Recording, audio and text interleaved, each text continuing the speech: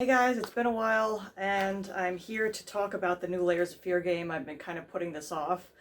I wasn't actually sure if I was going to talk about the game since I haven't really talked too much in depth about the previous two games, which I should have done because I'm completely obsessed with this series.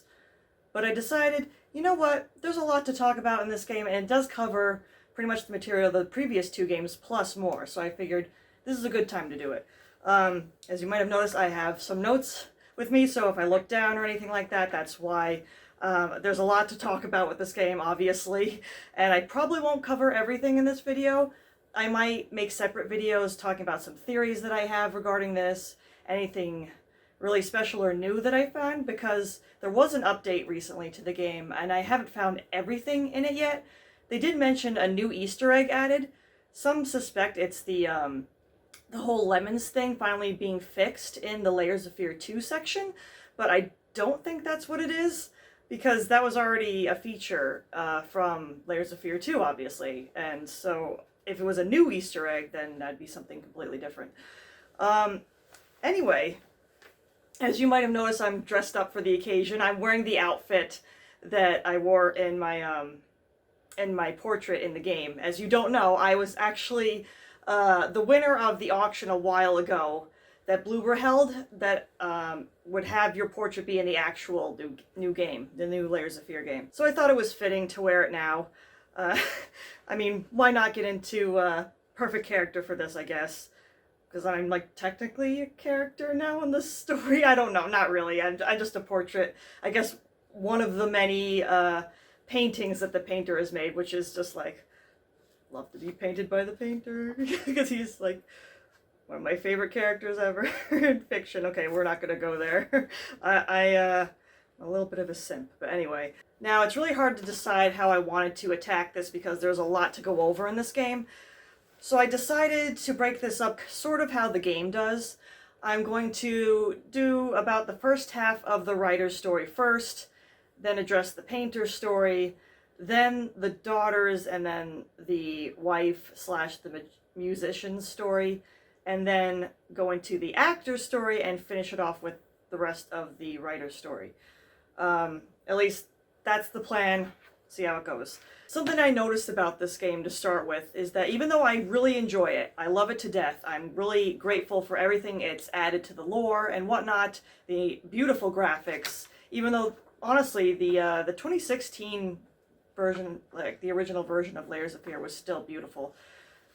There seems to be quite a lot of like missing audio and some glitches I've noticed playing this game, and it's crashed on me a few times, which is a super ultra rare occurrence for the first two games. The most noticeable issue I found in playing was the loop ending of the painter's story. I should mention before I go any further that there are going to be spoilers in this video, so if you don't want spoilers, please click off. I'm sorry, but I obviously have to talk about spoilers because there's no avoiding it. I'm also going into this with knowledge of the first two versions, like the original versions of each game. Not that that's really necessary since this is technically like a remake, but there are some changes, and I've not found every single note and whatnot from the original in the new game, so it is, in my opinion, important to have played those first. Not that it's completely necessary, I just feel like if you want the whole picture, it's good to do that. But in the loop ending of the original version of Layers of Fear, Painter finishes his work, he thinks it's all good, but then all of a sudden it seems to come to life and move, and the wife looks like she did when she was burned with the scarred face, and then all of a sudden she starts laughing at him, and then her face turns into like a zombie almost, and it's laughing at him. And he's like, oh man, I almost had it. Pushes the painting over, grabs it, and throws it into the room with all the other messed up paintings. They all start to laugh at him with the wife's voice, and then he closes the door, and then you see the real state of the house. That still happens in the new version, but the problem is that there's no laughter. You see the portrait laughing at him in the workshop, but there's no sound. It's really weird. And then he throws the portrait into the room filled with paintings, but then there's no sound as he looks around and then leaves, which again seems very weird. So I don't know why that is and why they removed it, because that was like a very creepy and important part, I feel, of the loop ending, but something to keep in mind. There was a whole bunch of other things like that where it just seemed like don't know. It just seems like a lot of things, at least audio-wise or otherwise, were missing. Occasional glitches here and there. So hopefully this can be addressed in future updates or anything like that, but we're gonna see. Next thing I noticed was the game models. Now I have a friend who actually has been digging through the game files for me a little bit, but we haven't found that much. We're just mostly looking at the main things to start with. And one of the first things she looked at was the character models, and we didn't see like the faces of them. We just pretty much would see what the character models look like in the game when you zoomed out from the first person camera perspective and saw what the models look like.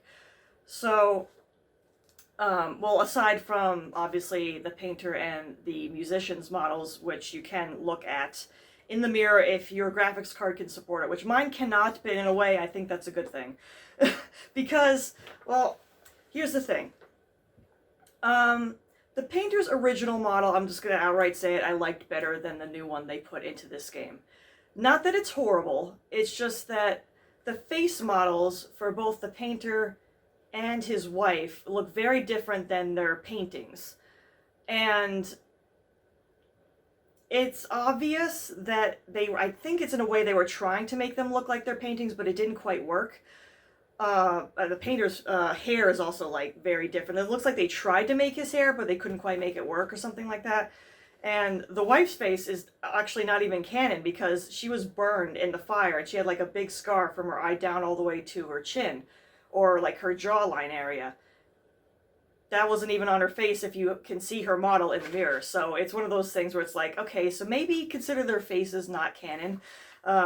Not that I found the face of the painter's original model from the first game perfect. It seemed like him a lot older than he was meant to be, but it still seemed a lot closer to how he was actually supposed to look. So I tend to prefer that model instead. Hi guys, Editing Sarah here. I just wanted to add a note to this about the 3D models for the painter and his wife in the 2023 game. They both seem to have light colored eyes, which is a bit weird because their paintings both have brown eyes, and it's very clear that especially the wife has brown eyes, even though the painter at one point says like the green of her eyes or something to that effect. So I just took it as there's like a green tint to her brown eyes or something like that, because hers and the painters in their portraits are clearly brown. So just wanted to throw that in there. As for the models of the other characters, now when you zoom out to look at the actor's character model when playing through the actor's story, it looks like it's the model of James with the yellow scarf and whatnot and wearing brown gloves, which seems appropriate based on everything that we know about Layers of Fear 2. I've not really discussed the story of everything regarding Layers of Fear 2, so that one's pretty straightforward. And obviously I think they were having the actor wear gloves to make it more subtle, whether or not you're playing as Lily or James, but yeah. But then we come to the daughter and the writer, and I think it's a little sad because I think they got a little, they got shortchanged, I suppose you could say, because the daughter's model, when you zoom out in the game and look at her, it's essentially Lily's model from the second game. I think when we looked at the model for the daughter in Inheritance in the original version, she's basically just a set of arms. So I guess in this respect, you can excuse it because they really only needed to use Lily's arms and whatnot just to do some of the ending stuff in Inheritance. It makes sense to not fully render an entire 3D model just for a short DLC, but it would have been cool because I would have liked to see how they actually envision the daughter to look like and what she would wear. I think that'd be really nice to see. And also for the writer, she also got shortchanged because they again just used James' model from the second game, and just yeah, it's one of those things where I'm just like, I get it because you only really needed the hands and stuff like that, but at the same time it's just why she deserved her own character model, especially when there was that beautiful model we see in the intro, which my friend suggested might have been just a model purely used for the video, and that was it. Like, it wasn't rigged to be used as the actual character model in the game, which is unfortunate because, again, she deserved that. So on the subject of the writer, let's start with the first half of her story. Now, her story starts off with her going back to this lighthouse that she apparently was 10 years ago and saying that she's taking, back what's hers. She enters it, and then we flash back to 10 years ago when she first entered it after she won a writing contest to write about the painter's life, about his story. There's a lot of notes on various sections of the lighthouse, like on the refrigerator, on the desk, or on a bulletin board nearby. And they're kind of talking about the aspects of the painter's story, which you would obviously recognize already if you'd played the first game. Which is interesting because a friend and I were talking about it. We wondered if this was almost like behind the scenes, like devs' thoughts about what they were thinking or contemplating as they were writing the first game. It's very possible, I'm not sure, but that's what it seems like to me. Now, the story of the writer seems very vague. It just starts out with just the idea that she won this contest. She was apparently some kind of horror writer and she wasn't expected to win. And she has a crippled son who I think has cancer or is heavily implied to have had cancer. And it's super subtle about what happened to, I guess, her partner. It's left super unclear. I mean, there's a ring object she picks up later in the game that just says, oh, I'm going to take care of you both. So I assume that her son's father died at some point or something like that. I that's all I can imagine that meant. Now, there's a whole thing I can go into about the management or the agency that held this writing contest that the writer won and everything that they say that she talks to him about on the phone and everything like that, but I'll go into that in the second half of the writer's story because that's where a lot more bombshells and whatnot seem to be dropped. But for the most part, it just seems like this place is somehow significant to the Rat Queen. There's both objects from Layers of Fear 1 and 2 there. So obviously, people who had access to both of these characters' things had put them here, or maybe they ended up there by supernatural means, it's hard to say. But that seems to be the case. And obviously, the writer comes in contact with the Rat Queen, and oh boy. I am someone who's played a lot of horror games. I've not played them all, obviously, but the part where the Rat Queen starts, glitching out and showing up in different spots of the lighthouse, I was freaky out. It was, so creepy. Even when I replay it now, it still puts me on edge a little bit. It probably also helps that I've noticed that they changed the Rat Queen's voice a bit. Now, it's still the same voice actor, but they made her voice a lot deeper, which sounds a lot creepier. In Layers of Fear 2, she has a much higher feminine, almost femme fatale kind of voice. Here, you can still tell it's a woman saying it, but it's deeper, creepier, a lot more sinister feeling. So when she talks, it really puts you on edge. Honestly, it was a good decision because it's very effective in making her sound like an absolute terrifying entity. So yes, the Rat Queen is a lot more obvious in this game as opposed to in the previous games. Obviously, she barely shows up in the first game. She's just there as a portrait, falls down and whatnot. It's in the second game, Layers of Fear 2, where it's more obvious that she's a real thing and that she's working behind the scenes as sort of a puppet master. I can understand if some people would have preferred that a lot of the occult Lovecraftian stuff was more subtle in this game. I personally love it because I'm an Amnesia fan. I love Lovecraftian horror, so making it more obvious is just bring it on for me.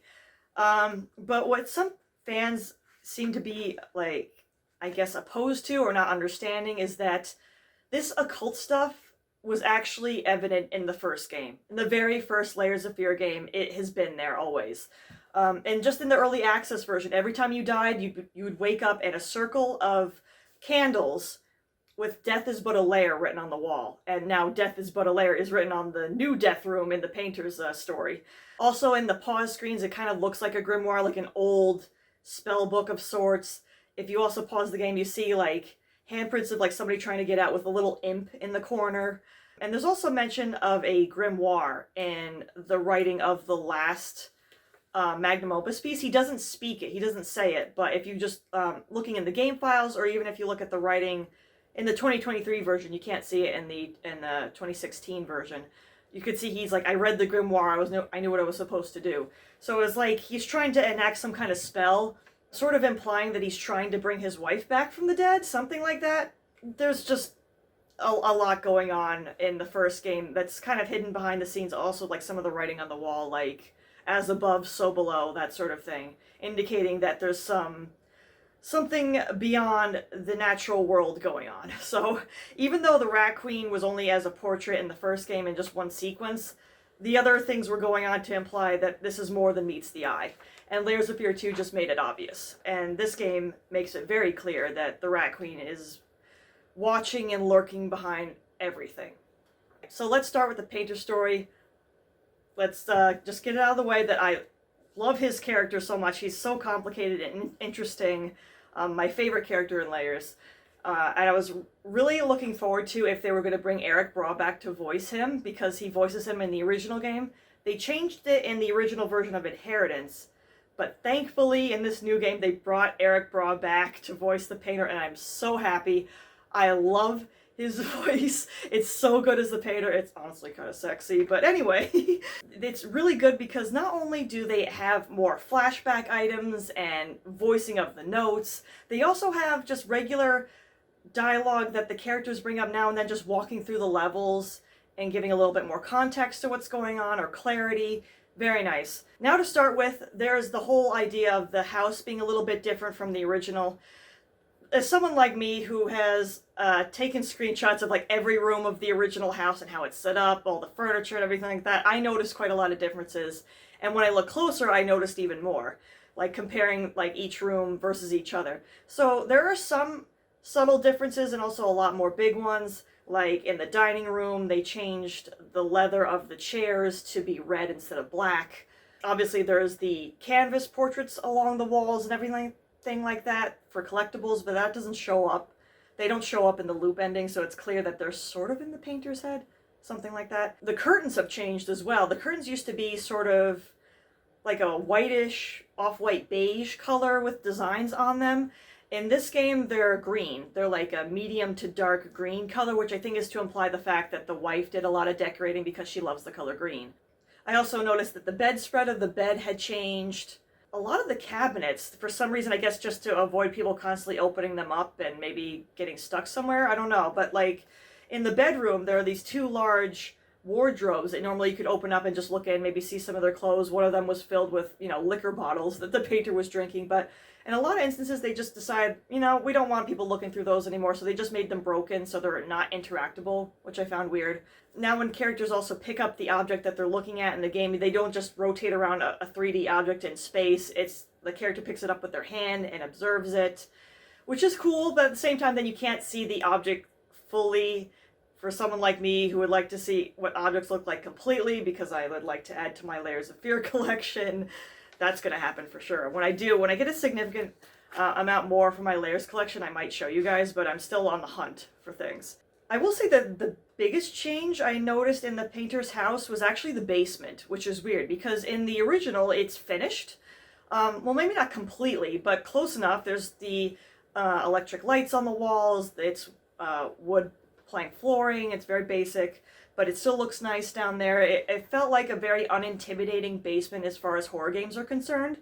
So it was like, oh, okay, I can see them having gatherings down here. But in the new version, it's very unfinished. It's like the floors and the wall seem to be like concrete or something like that. The lights are not on the walls, and there's a lot more furniture and clutter down there covered up, which is really interesting. There's one addition I did appreciate about the basement, though, in this version, was that they had the deer head on the wall in there, which is kind of nice, because in the original house, I did not see a deer head anywhere, so it was kind of weird that it would show up all over the place in the original story, and you were just wondering, where did that come from?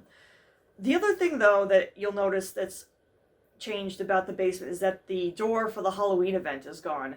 That was a big thing in the original. If it was around Halloween time, usually around early mid-October, there was a door in the back of the basement that is usually locked year-round until around that time, and then you can open it up and there'd be a room with a Ouija board that you could mess around and do silly stuff with, but also find pages of this children's story that tells about this messed up Ouija board ghost that messes with a bunch of kids, which was really interesting.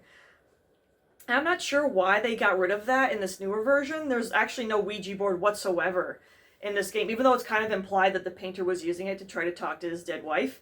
It's not visibly evident anywhere. I do wonder if maybe the change from Unity to Unreal Engine 5, if they couldn't make it work or it was too much to make it work and they decided, we don't need it. I don't know. But it's strange. It's like an iconic part of the game is removed. I'm not sure, but that's my best guess. So, obviously I could go on for ages about the differences between the two houses, but that's not the main focus here. I just had to bring it up because I'm such a big nerd, I noticed that stuff. But getting into the story proper, now obviously as I said before, there's a lot more lore, new notes that explain some of the additional information about this. Of course, with old notes being voiced now too, which I found really cool. I know some people didn't like this. I personally loved it, and I'm always just like, we have the original game. You can always go back to it if you don't want to hear any voice acting in the notes. I also found it interesting that there's some very clear environmental ways that they tried to show us where this game takes place.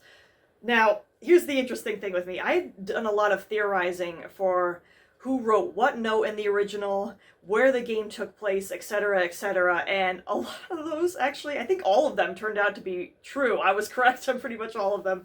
Now, there's environmental storytelling in the painter's story, the wife's story, and in the daughter's story, that it's pretty much all one same object that shows up over and over that makes it very clear where the story takes place, where they lived, which is something I've been trying to figure out since the first game, which gave some indications but was not clear about it. I didn't think they would make it more clear in this game, to be honest. I thought they would try to make it more, keep it subtle or that sort of thing. But basically, in the original, it's, I think it's the shopping list note that mentions kilograms or something like that. So I was like, okay, so obviously this is not in America. This must be most likely in Europe somewhere. I had personally guessed England or the UK in general. I had mostly based this on the fact that the first story of Layers of Fear was based on the picture of Dorian Gray. Also, I had asked Bloober a while back on Twitter if the painter and his wife had any actual official names behind the scenes. They said no, that they were just based on the book and everything like that. So I've kind of taken to, in my head, calling the painter Dorian and his wife Sybil based on the characters in the book. So that's just my personal thing, though.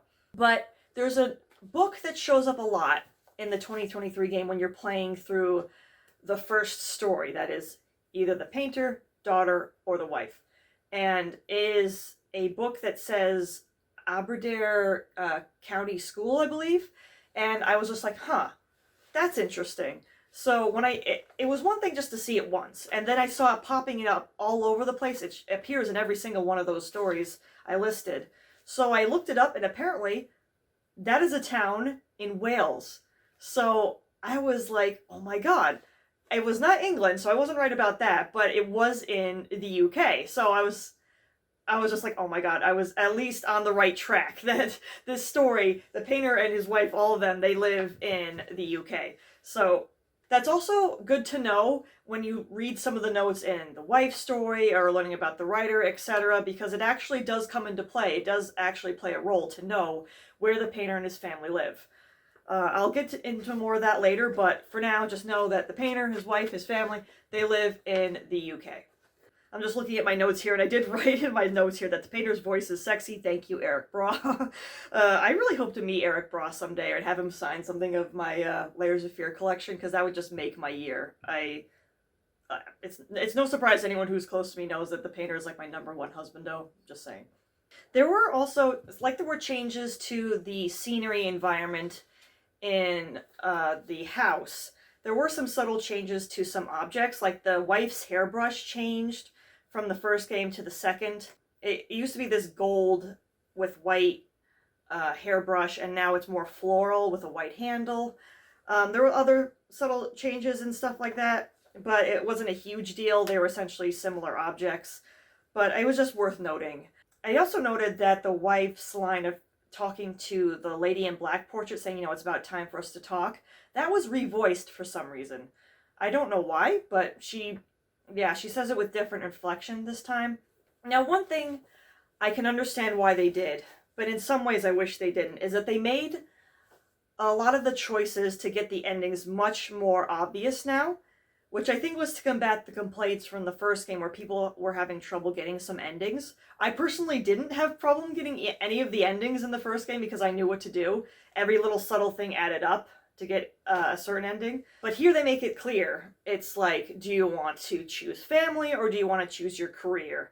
So you could choose between the two in various capacities throughout the chapters. Some chapters have more than one choice to do that, but they make it pretty clear each one which choice means what. So it's a lot clearer and obvious which ending to get if you're aiming for a specific ending.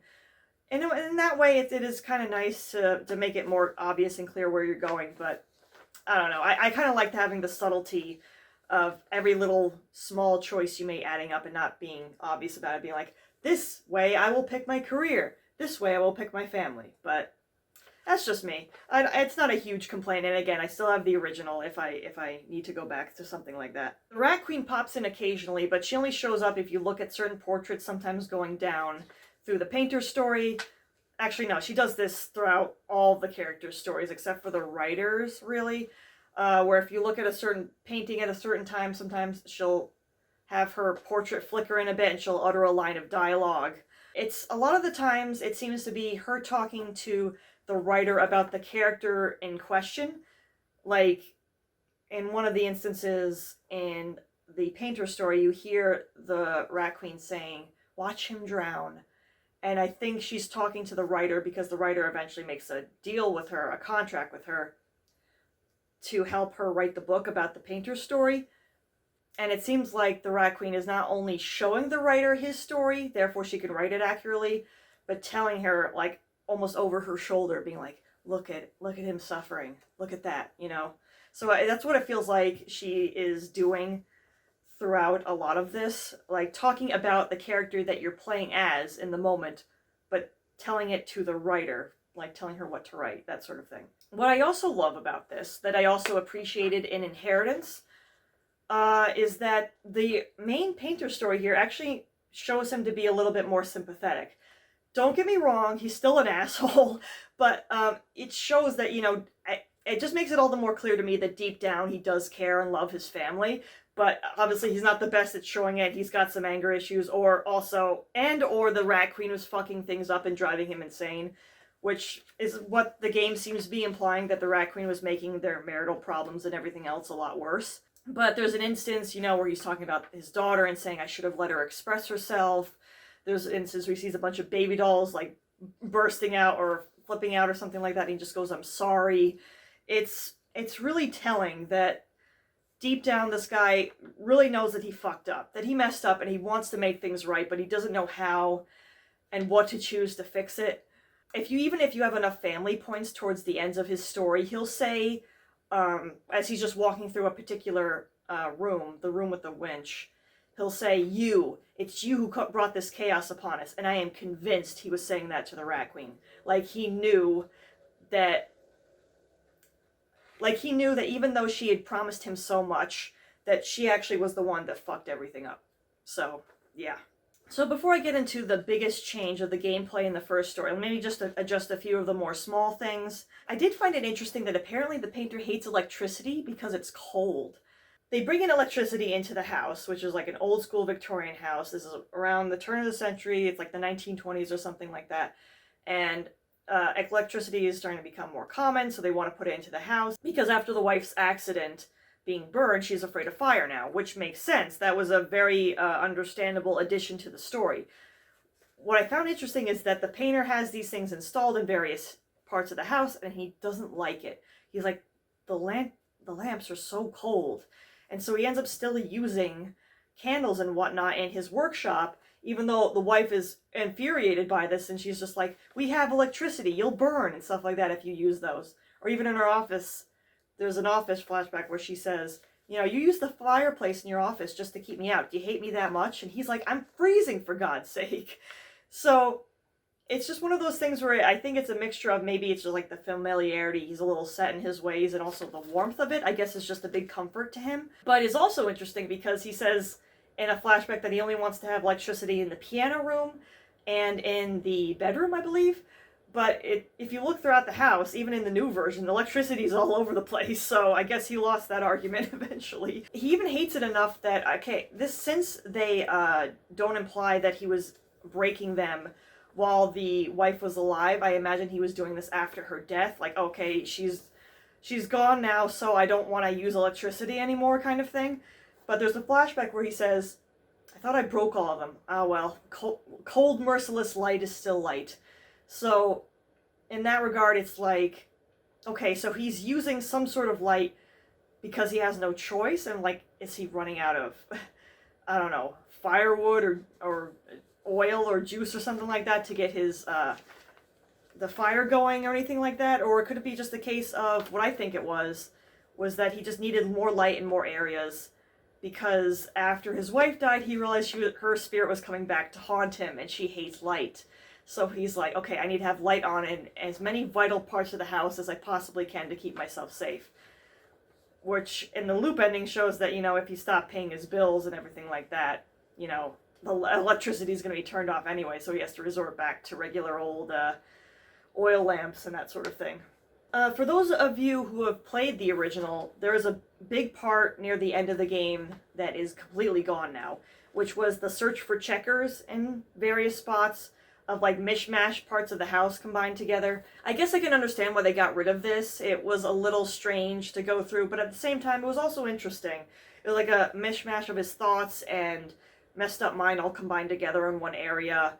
And, I mean, I memorized where the checkers were pretty early on, so I could speed through that area, no problem, wasn't a big deal. But I can understand why they got rid of it at the same time. One thing that I found interesting, though, is that there was a very interesting painting in that section that you can find in both the original and the VR version of the first game that's not something I found in the new version, unless I'm wrong. If I missed it, please somebody point it out to me. But it's this almost naked man sitting on a fuzzy chair.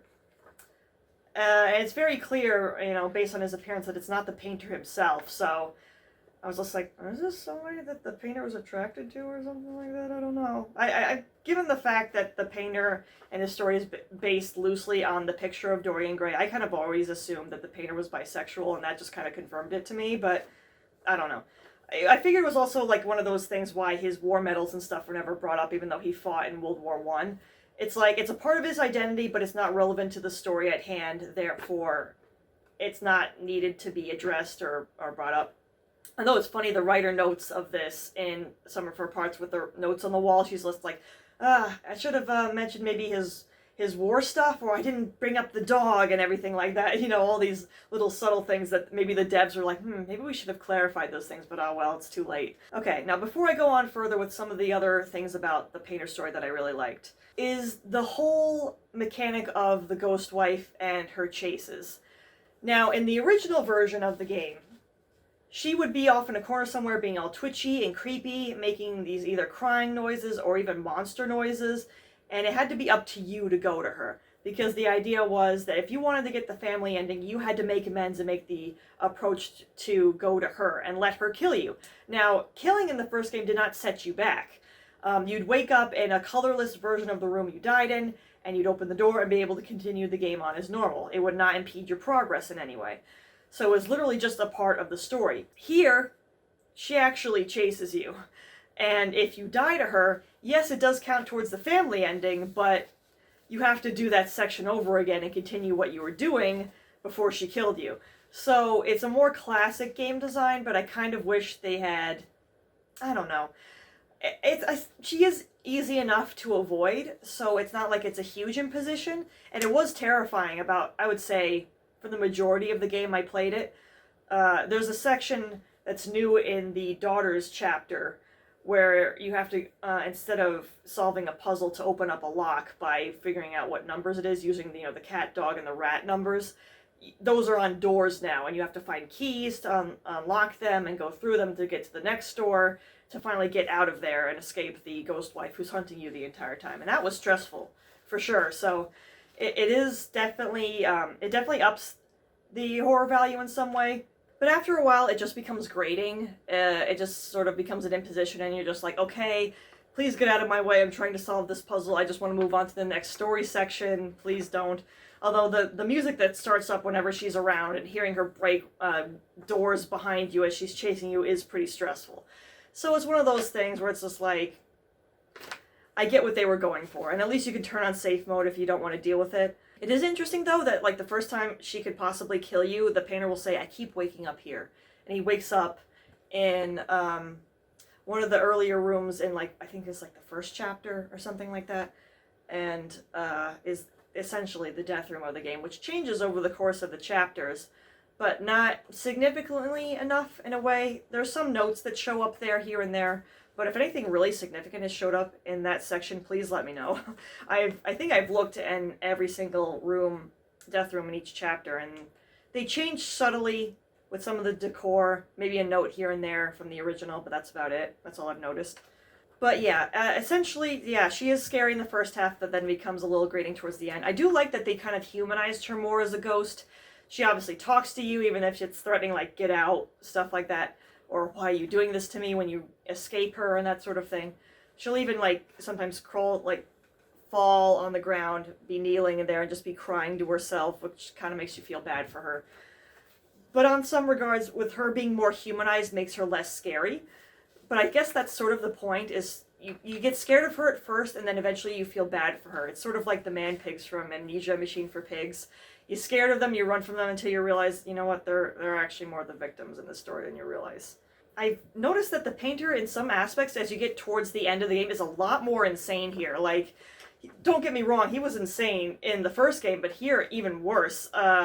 There's a whole section, a pillar of, like, that black goo ooze where he just writes repeatedly over and over, like, various versions of finish, or finish it, or gotta finish it, stuff like that, over and over. It's like, holy shit, this guy's lost his mind. And you get to really worry about him when he's just also talking about the fact that, like, the world is my canvas, the work never stops, it's never finished. And it's just, okay, yeah, the Rat Queen's really messing with your mind, buddy. You've totally gone off the rails. It's also interesting, which I found I loved in this version of the game, is that there's, like, acknowledgement of the fact, some acknowledgement at least, that they kind of know they're in a loop on some level. Because there's a note where the painter says, I just do this over and over just to stop the questions of, is this my house? Where am I? What will happen when I turn around? What's behind me? And it makes it all the more clear that they remember on some level of what's going on when they do their respective loops, but not fully aware enough to know that they've been doing this over and over. It fucked me up. I was just like, oh my god, this is crazy. They actually, it's not like he's doing this over and over, like, intentionally. He's not aware fully of what's happening each time. Like, he's doing this, he's just like, you know what, just don't question things, just keep going forward, just try to finish it, don't let the doubt get you, finish it or die trying, all that crazy stuff. I can't even imagine what it's like, but it's just like the idea of going through a rat maze over and over and slowly going more and more insane, and I'm sure the Rat Queen is eating it up. Now, something else I noticed that kind of contradicts one of the, I guess, supposed endings of the painter's story, which I think is meant to be just an Easter egg / maybe joke ending, is at one point in one of the chapters, he just out loud says, I can't escape too, which implies that maybe he's trapped in the house. Whether he's trapped completely, like he can't leave the house ever, or only during the loop, I don't know. But there is an ending where before, I think it's after you've done everything, you're about to go back into the workshop and find out what painting you got, finally. Or I think it's right before the main parts of the endings. You can go to the front door and just leave. Like, I believe you have to take the key from the office still. I could be wrong about that. I only did this once.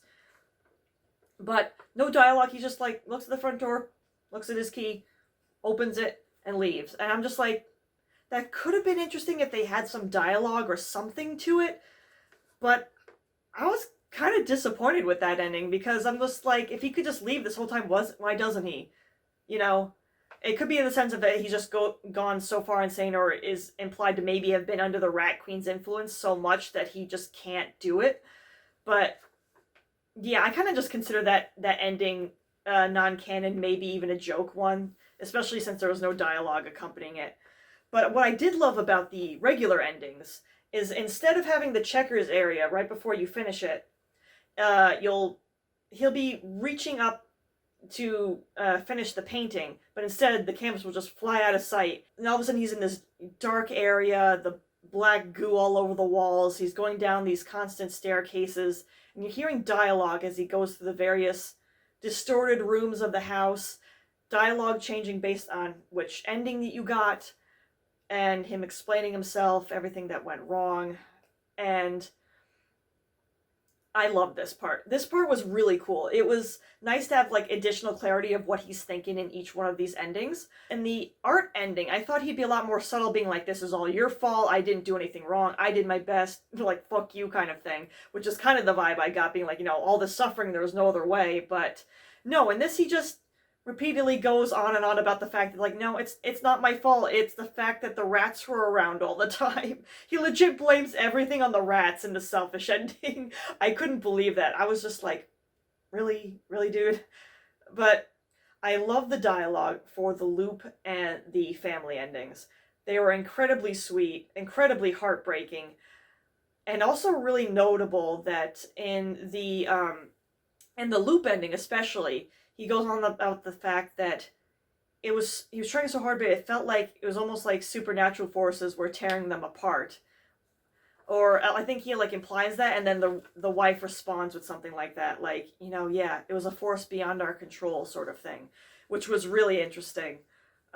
It's like they knew on some level that this wasn't entirely their doing, and they were being just pulled apart at the seams. And the family ending makes it more clear with the way that the wife sings to him, like, bring me back, show me, sort of, that he was trying to bring her back to life in some way. But obviously he realized in the end that everything he did would not bring them back. It's so sad. Another thing that I wonder is the Rat Queen's influence is the fact that there's mention of the world breaking around us, and that the ashes, even though they don't use the fireplace that often, are everywhere. That seemed a bit strange to me. Like, there's an implication that the painter at first blames the servants for things breaking and being dirty, I guess, which makes sense. But then it becomes clear that he's like, okay, fine, I'll just do it myself. Keeping the house from falling apart can't be that hard, implying he probably fired all of the servants or maids and whatnot at some point. When, we don't know, but it's clear, though, by the way that the house eventually ends up becoming, that that's not the case, and it just keeps breaking and becoming a complete mess. And I guess you can make the implication that it's also his mental illness, which I do think is definitely a big part of it, and obviously his mental state of losing his family, all that sort of thing, which I thought was a big indication in the loop ending, showing that, going from room to room, doing all this crazy stuff, paint all over the walls, broken furniture everywhere, that he was just completely not only insane, but also grieving, not enough to keep the house in shape. But now it's kind of implied that it's not just that it's like supernatural forces of the Rat Queen, I suppose, just making things deteriorate so much quicker, which is really fucked up. It's like, why? Why is the house and everything breaking so much? I don't know. But it's just, I guess, I don't know, just to drive him insane, something like that. It's strange. Although I noticed some pieces of furniture that were broken in the original loop ending actually aren't broken here. Like the bed frame in the original was completely smashed. I'm just like, yeah, he's not sleeping on that thing, or unless he wants to sleep at an angle and kill his back. But no, in this one, the bed is not broken. It's just a little messy or whatever, some weird stuff on it, but it's not broken. So yeah, I found that interesting, the whole ashes and the breaking thing, which I guess I wish was a little bit more clarified too. But I suppose the insanity behind it and the lack of clarity is what is meant to intrigue us and make us wonder: is it in his head? Is it not? Which is implied for the rats too. The evidence of the rats that he absolutely hates in Layers of Fear 1, because even the writer brings it up. She's like, was it delusions or were they actually there? And I kind of think it's a little column A, a little of column B, and I think that's the case probably for the breaking of the house as well as the ashes situation. Probably as in really happening, but probably made a lot worse and everything like that by the Rat Queen because she likes messing with people. Hi, Editing Zara here again. I just wanted to mention one extra thing about the early access version that I forgot to bring up, and that's that apparently a good portion of what was in there is now canon in the 2023 game, because some of it was cut out from the original 2016 game. For instance, there is a rat poison item that you can find in the first game, but it has no flashback attached to it. In this game, you hear the painter getting it ready and just basically talking to a rat nearby, but like talking to it in baby voice in a mocking way, which is hilarious. Oh my god. And that was in the early access version before only, and now it is canon, which is hilarious.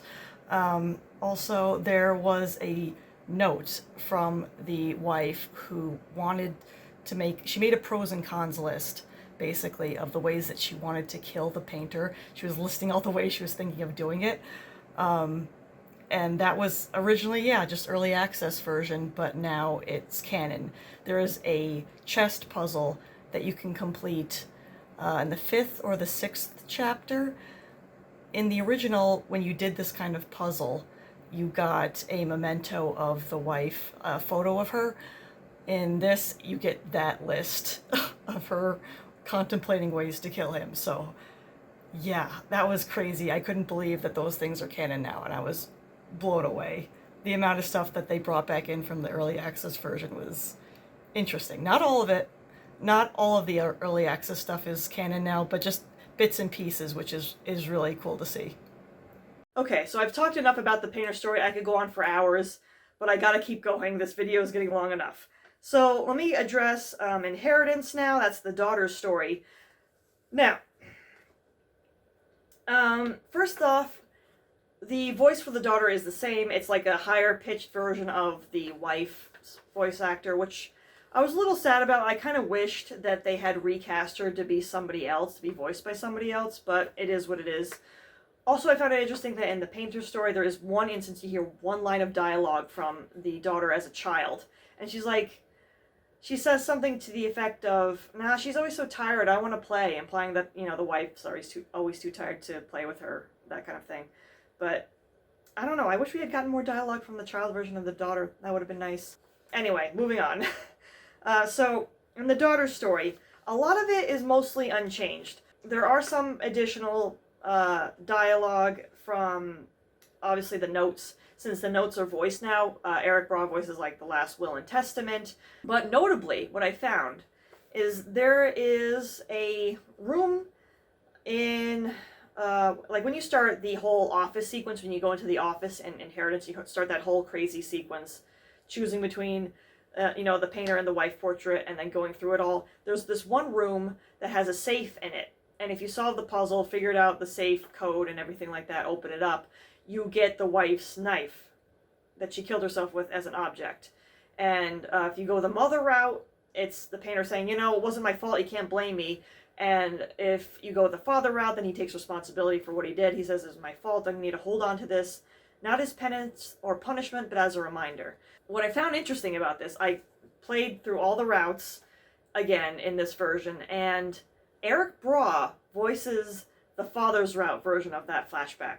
Originally, it was the other voice actor they brought in to voice that in Inheritance in the original version. And that other voice actor still voices the mother route option. So I found that really interesting. It almost makes me wonder, are they implying that maybe the father route is canon? Because that's how it came off to me. I don't know if that's actually the case, but that's how it seems to me. I kind of like to think that the father's route is canon. Now, whether the true inheritance ending or her just taking the portrait and leaving the house is canon, I don't know. But I figure one of those endings is most likely the right one. Now, there's something I recently found out that I might have missed from earlier or was added after the update. I'm not sure. But there is, you know, the dog's portrait in the daughter's room. Now, that I might have just missed because it's kind of behind the door in Inheritance, and usually you just go in there to face the portrait on the wall and find out which version it is by doing the whole sit for the painter section. But when you approach that, you get another rat queen flickering in and out, and she says, she was mine the moment she drew her first breath. And I flipped my lid. I was like, what? Pardonnez-moi? Are you implying that the painter and or his wife actually, like, offered their daughter up as tribute for them to get, like, talent or something like that? I don't know, but I'm just, I mean, I could be me reading too much into it, but at the same time, it's like, what the fuck, you guys, if you did that? I don't know if that's the case or not. It could be the case of, like, the writer's story, where we'll get to that later, but her whole thing with happened to her son and whatnot might have just been, just for the fact that they made a deal with the Rat Queen that now the Rat Queen was entitled to their daughter, which would make me wonder if the painter and his wife made their deals with the Rat Queen before the daughter was even born, maybe even before they were married. I don't know. But yeah, I was like, that threw me for a loop. I was like, holy shit, what is this? What's going on? Did they actually offer her up as a tribute sacrifice sort of thing? I don't know. And I don't know fully the extent of what that means. Like, is she under, like, contractually obligated to the Rat Queen now for the rest of her life against her will because her parents were? Don't know. But it's pretty messed up. Now, pretty much from there, the rest of Inheritance is basically the same. I guess there's some subtle differences here and there, but nothing really to make note of. So I'm going to just continue on to the other really cool thing, which was the Final Note, aka the Wife Story DLC, which I loved. It felt like classic Layers of Fear. It was really cool. It was really nice also to see the wife being also partially to blame for the problems in the marriage and whatnot, because I had gotten that implication a lot through playing the first game in Inheritance quite a bit. I know a lot of people got the implication that it was mostly his fault, and I'm definitely not saying, like, oh, the painter did nothing wrong. It's like, he definitely did. He did a lot wrong. He fucked up a lot. This makes it a lot more obvious that she fucked up a lot, too. So, I kind of did like that. I did like it in the sense that, this feels a lot more human in the sense that, they were having couple problems. They were both fighting, and they both brought their own problems, insecurities, and whatnot to the table, and they were both taking it out on each other. And basically, the only one you could really consider innocent was the poor daughter caught in the middle. Just you feel so bad for her. Though you learn more sides of the wife too. I mean, you really understand why she's so frustrated and bitter, but you can completely understand why. I mean, if music is such a deep part of her passion, and it's taken away from her, you can understand why she's so upset and everything like that. But at the same time, if she's lashing out so much both at her husband and at her daughter, it's understandable why they're, like, now either, like, the daughter being, like, scared of her, or the painter spending less time with her because he doesn't want to deal with the fighting. It's a whole mess, and even she acknowledges that at some point. She's like, I'm just a screaming ball of blood and pus. No wonder you go to your canvas instead. It's pretty sad. I know some people find it weird that she runs from the ghost version of herself in this game too. I think it's another instance of trying to make it more gamey and everything and whatnot.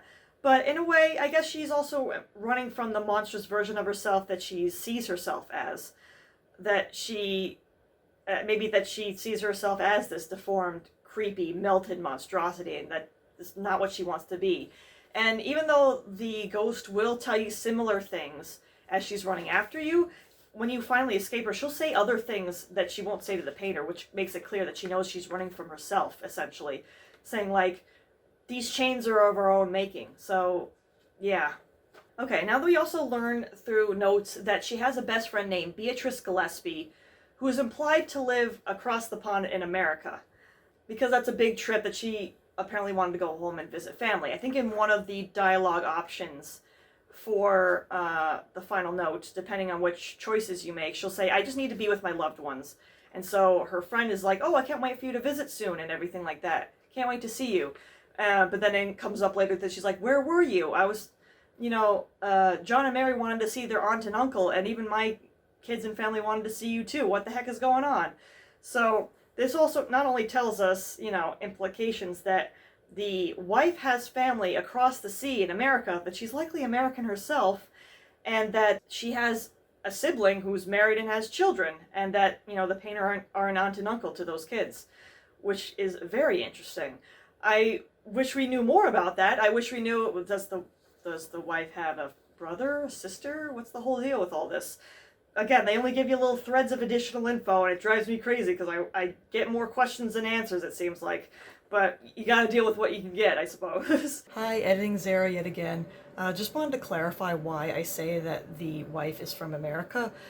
This is stuff I touch on a little bit later, but basically in the final notes canon ending, which is the bad ending, there was some money that came about from her death that was used to start a foundation, which then in turn made the writing contest that the writer won, and that's how it connects the games together. But basically, in one of the notes that the writer picks up, it mentions that a lot of great Americans submitted entries for this contest. Now, obviously, that implies that this agency and whatnot is in America. Now, if this money came about from the wife, why would it be an American industry, especially since she lived in Wales with her husband? And I believe it's because that she had family in America. If obviously her husband rejects the money, then who would go to the next of kin, I would think.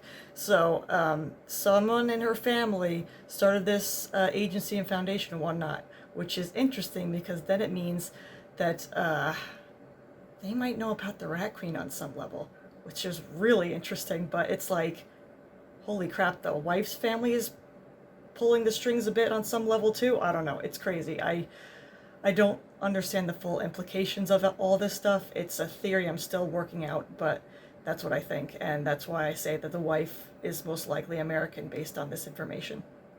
Now, I did love seeing the actual conversation between her and the painter on the bed when she's complaining about how it hurts, and he's like, look, we need to look for help. We can do it. It'll be all right. And she's like, I don't want more people to see me like this. And he's just saying, I'm overwhelmed. I can't do all of this myself.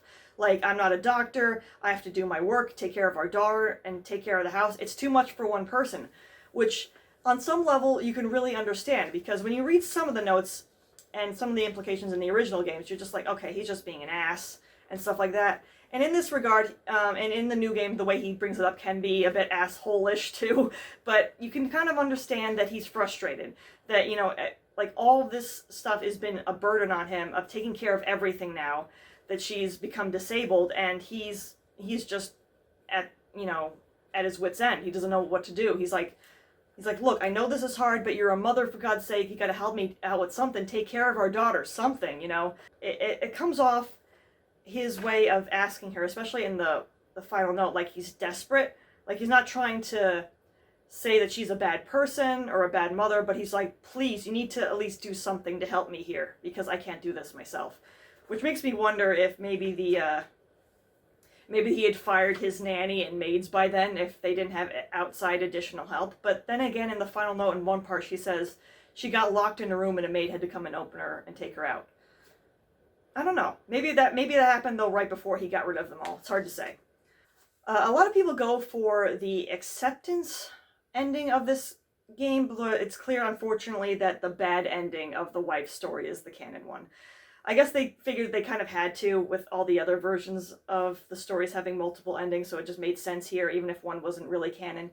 But yeah, here the bad ending is the canon one. She just says, I was perfect, I lost it, and now I'm not perfect anymore, and I can't accept it. And she just then goes on to commit the act. But what I definitely, most of all, was not expecting was at the end of the bad ending, which is the canon one, you get a bunch of newspaper clippings that you see that, first of all, she died, and apparently there was a lot of money to be made afterwards, which is okay, that's whatever. But the painter then says, I'd rather starve than profit off her death, which just gets me in the heart, man. It's like he loved her so much that he didn't want to be seen as being greedy and taking advantage of a tragedy of losing her, so much to the point where he's just like, just take the money, do whatever you want with it, burn it, I don't care, just leave me and my daughter alone. So obviously this was before he lost custody of his daughter. And so then there's the implication that that money was then used to start a foundation, which then started a writing contest, and therefore that writing contest is the one that the writer won to write a story about the painter's life. Now, there's some wondering about who the foundation / the agency is and who's running it. I've kind of been given the implication that it's founded and started in America. At least that's kind of the way I took it based on one of the newspaper clippings. So I kind of got the implication that it was the wife's family that started it. I know there is some speculation that maybe Thomas Caldwell might have as well, but somebody brought up to me that even if Thomas Caldwell was not completely accurate in some of his advice and things he was giving the painter, that he was always genuine and seemed concerned about the painter, especially when he was going off the rails. Like when he was making this exhibit, this new thing in the new game about making this exhibit based on a half-dead couple saying, hey, you guys all witness our demise. See, it's all messed up. It's all your fault. Thanks for betraying me. It's just like, oh my god, he's lost it. But yeah, and Thomas being like, you know what, I'm sorry, I can't see you do this, sort of thing, which implies that maybe he really was a true friend, and I don't think he probably was at the head of this agency and whatnot. But that's why I believe that the wife's family is behind the agency, which would imply how they got some of the artifacts and like objects from that house and everything to be in the lighthouse. Again, I'm still not sure why the lighthouse is of significance, or why the Rat Queen, I guess that's her special place or something there. I'm not sure. I really hope maybe they could have a writer's DLC or something like that and give us a little bit more info. I don't know, but it would be nice. It would just be nice to know the significance of the lighthouse. But yeah, that whole connection of it all being around just blew my mind, basically. That it all loops together, connects together in that way. Now, there's something else I'd like to bring up, and that was something mentioned in one of the wife's notes in the final note. She just mentioned the fact he was playing with her daughter, it was great, but then eventually she just lost her patience and told the daughter to go away because she was asking too many questions and she couldn't handle it. Which, okay, fine, that just shows her decreasing mental state and her depression. But one thing that the daughter was asking threw me for a loop, because she obviously asking questions like, how are you, mommy, and everything like that, and she obviously that makes sense, you don't want to answer that. But one of the questions she asked was, what is your name, mommy? And the wife to all these questions was like, I don't know, darling. My chains grow heavier every day, that's all I know. And I'm just sitting here like, what? Excuse me? You're forgetting your name? What does that mean? You actually like losing who you are as a person? Do you not remember who you are? Like, is it like a case of, I know the Rat Queen in some spots of 2023's game, this game, mentions about the painter, like, I loved him the most when he lost himself, or the idea that he was losing himself in trying to make this magnum opus. So I'm like wondering, is that the same for the wife? Was she just losing herself? And through all of this, like, I think the Rat Queen at one part in the final note goes, yeah, there's almost nothing left of her now, but the sadness remains. I don't know, it's so fucked up. It's like, it's one thing to like lose yourself, who you are as like as a person, but then to imply that you're actually forgetting who you are entirely, to even forget your name, it's like, holy shit, what? So that was really interesting. It's like, is the Rat Queen's influence really that bad, driving people that insane to like actually forget themselves completely? So that's an entirely whole thing, especially with the agency and everything like that playing into things. I might make a separate video about that, but then again, there's not much extra to be learned as of yet. So it's nice to see how the wife's death then eventually connects to the writer's story, which then connects to the actor's story, which is really cool. But it's just frustrating because then we have this whole agency thing, and I want to know more. I need to know more. But of course, they keep things subtle and everything like that. But my main theory is that it's the wife's family that's behind the agency, which is extra fucked up because they know about the Rat Queen. How? I don't know, but yeah, wow, okay. It also makes me wonder, though, with the wife being American, how she met the painter. Because clearly, I mean, he lives in the UK. I don't know if she maybe was doing a tour of sorts overseas at some point, and that's how they met and fell in love. Not sure. But anyway. Okay, so that's the wife's story, the final note, which was amazing. I absolutely loved that one. One of those instances where the bad ending is the canon one, unfortunately. We don't know the canon ending of Inheritance, even though I think it's with the addition of Eric Broad's voiceover of the father route knife, that it's probably one of the father route endings. That's at least what I'm leaning towards. Now, we do know the canon ending of the first game, actually, based on Inheritance, since, the house is in disarray and the daughter's going through it. Obviously, he didn't get his career back and become successful, and the house is burned down like he does in the family route, so it's clear that the loop ending is canon, which is just so sad. It just shows that the painter never found closure and never found resolution to either option of his art or his family, which is just so heartbreaking. I will say, while there are a lot of changes in the first game, I barely touched on all the changes in the first game. There's new rooms, new puzzles, new mechanics. I love the fact also, I forgot to mention this, but the painter has a lantern in his story, which I absolutely love. I love the fact that all the protagonists have lights, like various light devices now. I think painter's the only one who uses a lantern, and the daughter, the wife, and the actor all use a flashlight. But it's really cool because it's like, oh my god, they're like proper horror protagonists now. Look at them go. When I saw the painter with a lantern, I was like, oh man, he belongs in the amnesia stories now. Look at this. Especially with the whole Lovecraftian stuff. I'm like, if an orb shows up, I'm gonna lose my mind. But I just thought that was so cool that they included the mechanic of lights and destroying various dark objects to either get objects or to solve puzzles or even to go through various chase sequences, which was really cool. Actually, before I get into the actor story, I need to bring up one last thing from the final note that I loved, and it flipped me out. I didn't write it down on my notes, so I just remembered it. But there's a part in the final note where you're walking towards the end of a hallway, and the room around her just bursts into flames, and then suddenly you see an elevator go up in front of her, and you see a dark silhouette in there going up, and you realize, holy shit, that's the painter. Oh my god. And you realize that in his story, there's a part where you're going into the elevator. You take it up. He's going up. He passed a room on fire, and he's like, oh man, the heat coming from that. And you see, towards the end of it, the wife's ghost approaching you. And you realize, holy shit, that was their loops crossing over. It's like, what? How is that possible? And this just makes you wonder, like, okay, so obviously the painter has been doing this loop for a while, and possibly even before she died, which would explain then maybe why she says, oh, you lock yourself in your workshop for hours or even days. And maybe that's what he's been doing the whole time, is doing these fucking loops over and over, and that's why he hasn't been able, to come back so soon. I don't know, but that's what it seems to be implying, which is really fucked up. But it's like, but even after her death, he's still seeing her there doing that.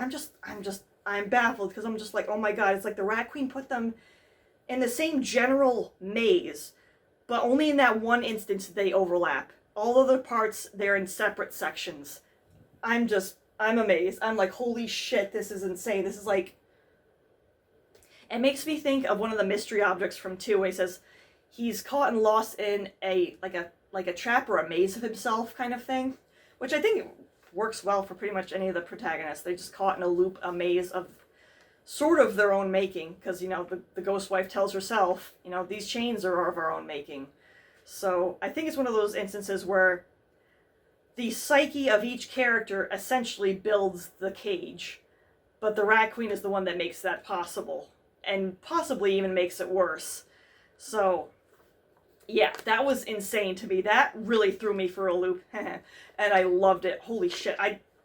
Again, it's a lot of these things that come up that I love, that I am so excited and interested to see, but I don't know how to fully explain them. It's one of those things where I'm just like, it's there. It's cool. What does this fully mean? I don't know. It just means that at some point they were doing their own loops around at the same time. I don't know if her as a ghost is doing this over and over. Like, is she, like, even in death, is she doing this over and over? Because there's implication in the painter story that he's, like, reaching out to her, being like, why won't you answer me? I know we both know you're dead, but you're not really gone. So they both know on some level that death is not the end, that the Rat Queen is probably holding them in limbo at some point. So maybe the final note kind of thing is the wife doing this over and over in death. I don't know. But, oh god, it's so fucked up. I don't even know where to go with that. It's crazy. Boy, it's a lot. I also would like to note that when you come down the stairs in the beginning of the painter's story, about to start the game, the grandfather clock chimes, and it's apparently 3 a.m., which is the witching hour. Very fitting. In the original, it was midnight, and also a very significant time for when, magic happens, that kind of thing. Anyway, onto the actor's story. Took me long enough. But I don't have as much to say about the actor's story, since it's mostly the same. The biggest addition is obviously the flashlight mechanic. The actor uses the flashlight to move mannequins around in various, as like, almost like they're in a movie kind of thing. It acts like a film projector in some ways, which was really cool. I thought that was a really neat touch. Other than that, there's not much of a difference compared to how the changes were made in the first one, which were a lot. Here there's like maybe 2, additionally 3 extra notes in the second game. The biggest difference you'll notice, again, is the puzzles, the addition of the mannequins showing up. Some of the puzzles have been moved around slightly to accommodate the mannequins being there, but that's about it. It is mostly still the same. A big change, though, I noticed is that you can't get some of the lemons as easily. Mostly the first one in the first chapter, because a mannequin is sitting in front of the desk where the lemon would normally be. I have heard, I don't know if it's possible, but somebody said you could still, at the ending, get the Easter egg of Mr. Scooter to appear in the cabin later, which was normally the prize for getting all the lemons in Layers of Fear 2. I don't know if that's actually true and you can actually do that now, but I haven't played through the Layers of Fear 2 section since the update, so we'll see. Unfortunately, there is still no additional information about the director or the mystery objects that you get in Layers of Fear 2. The Layers of Fear 2 mystery objects and the note are how they explain, like, the existence of, like, the supernatural and that things are going on behind the scenes, and basically tell us that the Rat Queen is this Lovecraftian entity that picks artists to choose and fuck with and mess around with and just discard as a plaything when they're no longer interesting. So those things are all still there. They all still sound the same. I've listened to them all again, wondering if there's any clarity to be had with those, but unfortunately not. Not even any implication about who wrote that note about the mystery objects. I kind of think it was the painter, though. Also, the painter's Easter egg room in the second game you can't seem to get into in this version. You can get into it in the original, but the new one I haven't been able to thus far, unless I did something wrong. I don't know. Now, I will say, though, having replayed this again and knowing what we know about the Rat Queen and everything else, that it seems the most clear theories to me about who the director is most likely a version of James or another Lovecraftian entity that is similar to the Rat Queen. Obviously, in the writer's notes about the story of the actor, like, okay, yeah, it's either one of the siblings, don't say which one, and that the director is pro-James. Obviously, this honestly makes a lot more sense now, though, that they know that we know that the movie was an adaptation of the writer's book.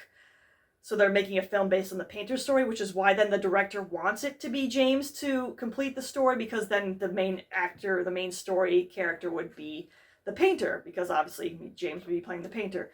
But if you choose the Lily options, then obviously I guess the main character would be the wife, or maybe the daughter, I don't know. I guess Lily could pull off either one. Yeah, that adds a lot more clarity to it. Although I did find it interesting, the whole writers talking about the actor's story in her sections. I can't remember if it's after or during when you're playing the actor's story, but at one point she picks up a movie reel that says The Vessel of Flame on it, which I can assume was the movie based on the painter's story. If it's not, I could be wrong. But she's like, oh wow, I didn't think there was any left after the ship sank, which made me confused because I was like, are they talking about the ship that the actor was on and in Layers of Fear 2, like filming? Because obviously the ship that they were on as a child sank, but there was no implication of that happening when they were filming it in the second game.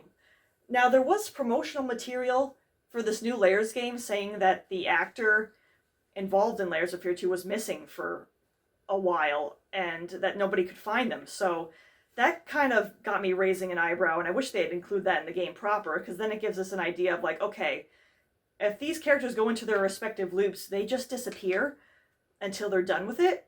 And if they never finish it, do they just do it forever until eternity and they never get out? Because the Rat Queen, it implies just saying they will be lost forever and so will you, or something like that to the writer, I think. And I guess implying that, maybe the painter and such was trapped in his house, and, the actor is trapped on the boat, and none of them can escape their predicaments until they make a choice. They choose a side. Which seems to be the case, but it's not clear.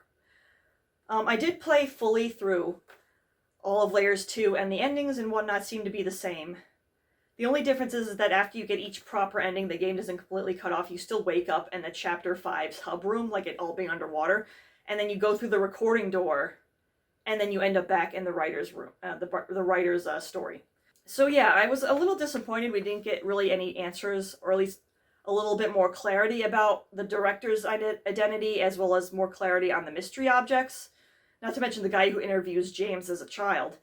But again, I kind of go with either one or two options. He was either some other kind of Lovecraftian entity, or he's like another version of James, since like his cane kind of resembles the Formless Man and whatnot. So maybe he's like James from the future or something like that, trying to tell him, you gotta pick a side, otherwise you're gonna die, or something like that. I don't know. Honestly, a lot more of the evidence points to it being a version of James, so that's what I tend to lean towards. And with, supernatural means, obviously that's possible, so who knows. Now we get to the second half of the writer's story, or basically any part of the writer's story I haven't mentioned yet, which is actually a lot more than I expected. Now, I do wish the writer's story was playable on its own and its own chapters, because there's quite a lot that's revealed in each section. Not only just about her writing process, about her own story and everything like that, but what's going on in the grand scheme of things. Now, obviously she's mentioned as having a son who is crippled and is implied to have cancer, but she's very dear to her, and she's, I guess, spent most of her life taking care of him. But she gets to the lighthouse, and he's like, look, Mama, this is stories about you. You focus on your writing. This is what you've always wanted to do. You wanted to go to this lighthouse. You volunteered. Which I guess is interesting, because I suppose anyone who won this writing contest could have chosen to just written it anywhere, but she chose to go there. Something happens, clearly, after she writes this book. Now, when she's writing the book, she has a hard time getting started. She can't focus. And eventually the Rat Queen shows up and says, you need my help. You want to write all this stuff in the book? I'm here to help you with that. So clearly, the writer writing these things is getting help from the Rat Queen about the respective stories of each character. Which is why I don't buy the theory that the writer just made up all the stories of the characters, like she made up the painter story, and everybody else. Because not only does that take away from their respective stories, but then, I don't know, it just kind of just cheapens the experience, and it also takes away from the fact that the Rat Queen literally said she was going to show her and help her write these things. So I think the Rat Queen was literally showing her maybe these sequences that we're playing through and everything like that, and then the writer just put it all down on paper, that sort of thing. So the Rat Queen has made it clear that she helped the painter, the musician, being the wife, and the actor. And that now it's the writer's turn, and only way to get the Rat Queen's help, and then get her help as well as, her curse, is to agree to her help, basically making a contract. She's like Kyubey from Madoka Magica. I swear to God, it flipped me out. I was like, oh my God, do not make a contract with this thing. Do not do it. You won't be able to get out of it, and sure enough, you can't.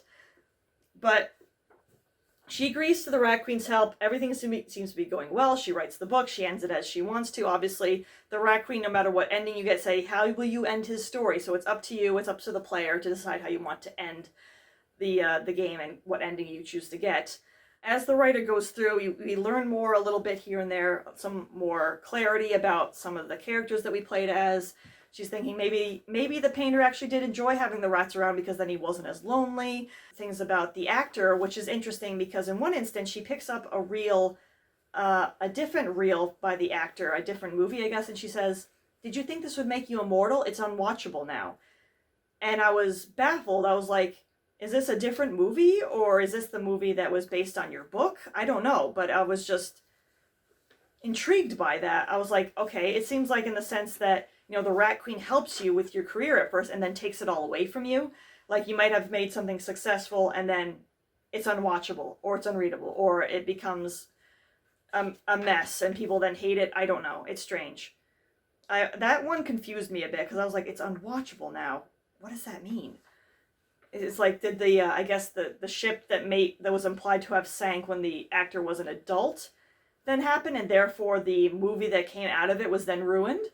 I can only assume that's what happened. Although it's implied that the actor never would make a decision, just like the painter, and would therefore be stuck in a loop forever, so it's hard to say. And although there is an implication, I think the writer says, did this place torment you too? Which implied that the actor was here too. Which then makes me wonder, if the lighthouse was a significant place, and this is like the Rat Queen's main hub or something like that, then maybe was the wife and the painter here too? I don't know.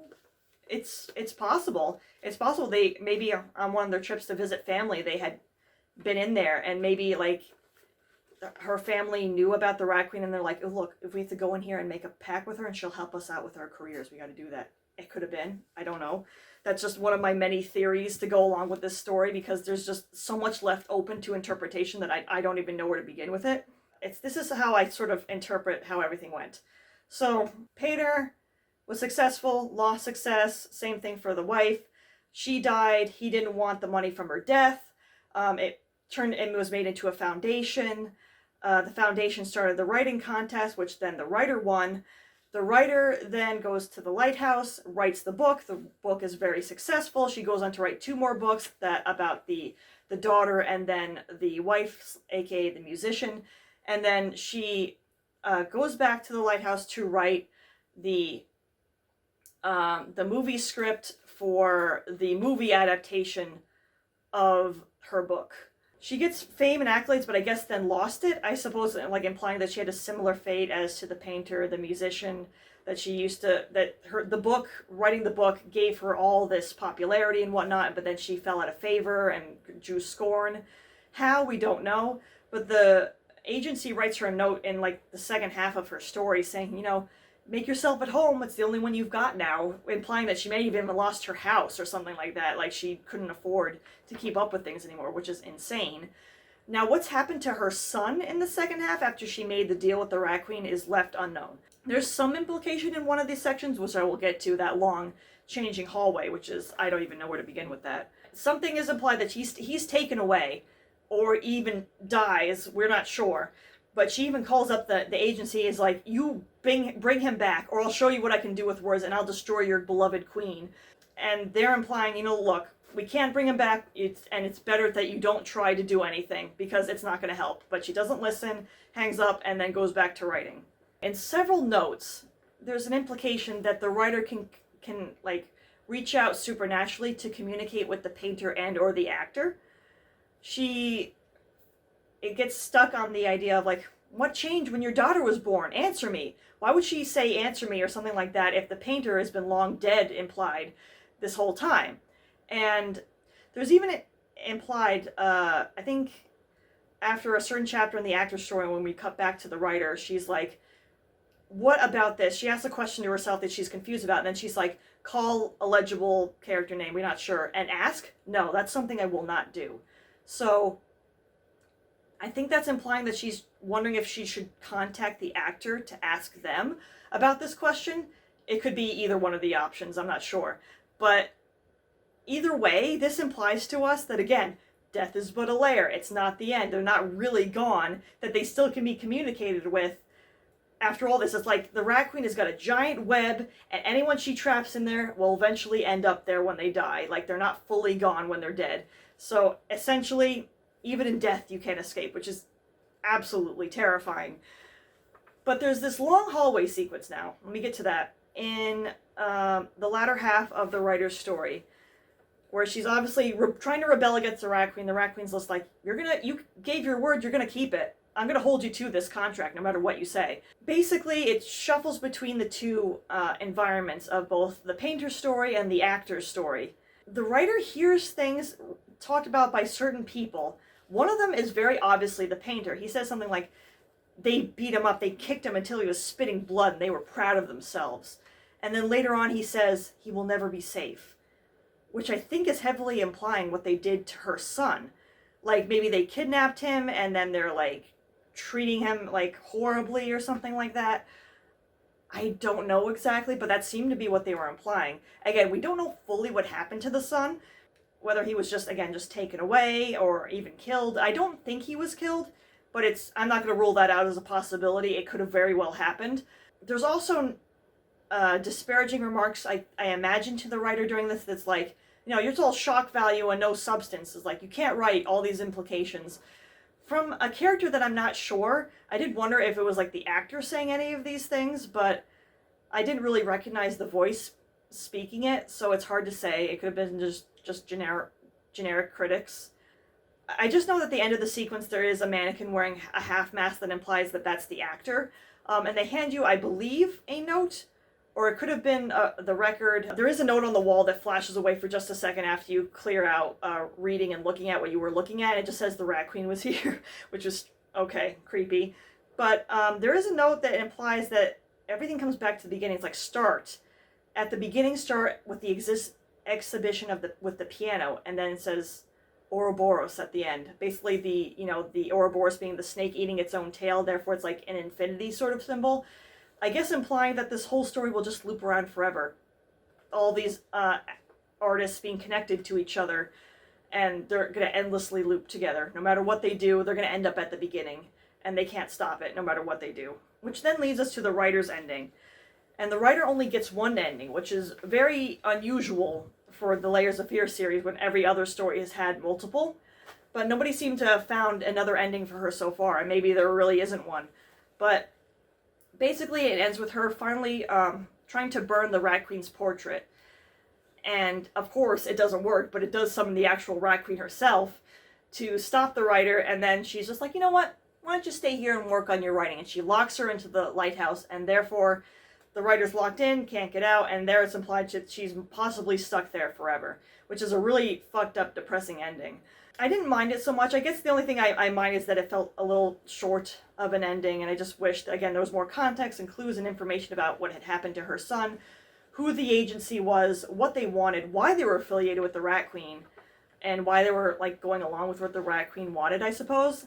I suppose it's the idea that the Rat Queen gives them fame, fortune, what they want, even if there's a possibility that they could lose it all in the end. Or maybe it's like some sort of Rat Queen cult, whereas maybe the higher up members, by offering more artists and stuff like that to the Rat Queen, they'll get even more prosperity in the end. It's hard to say, but that's the end of my notes. I can't even, there's like so much to this game that I didn't even touch on. That was just me giving the basic outline, and even still that was a lot. There's so much to this game that leaves me with so many more questions than answers. And I get that was kind of the point of it. They're like, oh, will you find answers or will you find madness? Kind of implying, oh, you're going to find more madness than the answers that you seek. But it kind of would have been nice to at least have some clarity to some of this. Some answers. And I guess we do have some answers. We do get some things filled in the painter's story. We get the wife's perspective finally, which I loved. I absolutely loved the final note so much. I guess I feel things were lacking a little bit on the actor's story, because with the addition of just some notes and just a little bit more difference in the puzzles, there really wasn't anything added. I just really wish they had clarified even a little bit more of the supernatural stuff in there. Even some of the additional notes they put in there, there was some implication about a lady drowning or being thrown overboard or something like that. I don't know. It was really weird. I was not sure how that whole thing was supposed to tie in together. Like, a lady was meant to go looking for the children and then was either fell overboard or thrown overboard and then was implied to have died. And I'm just wondering, who was that? What was that all about? I don't know the relevance to anything there. So if you guys have a theory about that, please let me know. It's one of those things where I have a lot of theories for the open-ended questions to some of this, but it would be nice to have some clarity and some insight into some more of this. I definitely got some of my questions answered, which I'm grateful for, but I just wish a little bit more of them had been answered too. But I am curious to know what you guys think about some of this stuff. I gave an outline of what I feel about the things that we do have some ways to theorize about. I kind of gave my thoughts on those. I will probably make a separate video for anything new I find down the line and any additional theories I might have, or if we get more concrete information or stuff I can back it up with. But for now, that's sort of where I'm going with. A lot of this is just speculation of what I think a lot of the things mean. It's a lot to go through. It certainly is a lot. I've got so many thoughts about this game. I don't even know. But I can only bring them up as theories and possible conjecture, because who knows what's real and what's not. I guess the idea is that we're supposed to be left questioning, suppose. But I do like the additional information that we get, like where the painter and his wife, are from, everything like that, where everything ties together, which is really cool. But it would be nice to know more. At the end of the day, though, I love this story. I love this series.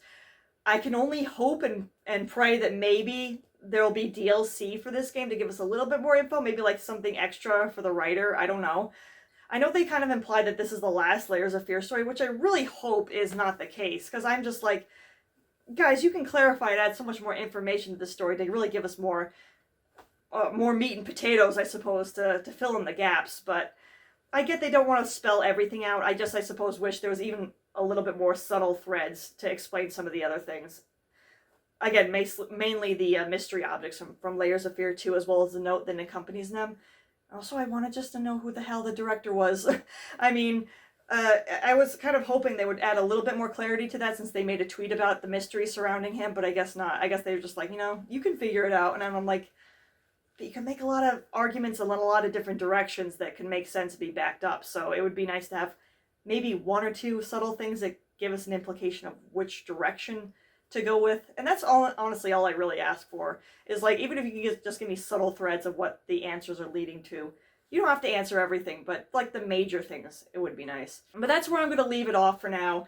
I absolutely love this game series, and I'm actually kind of glad I dressed up for this in my in-character appearance in the game. And if you wanted to know where I am in the game, you can go look in my previous video about it, where I just show you where I am in the actual game, which is amazing. I love the fact that I'm kind of like canon now in this story. It's so cool. I'm just like, oh my god, I was one of the painter's subjects. I love you, painter. I love you so much. Anyway, step on me. But anyway, thank you so much for watching, and thank you for putting up with my intense rambling through all of this. It's a long video, I know. I couldn't stop myself. I just needed to get this out.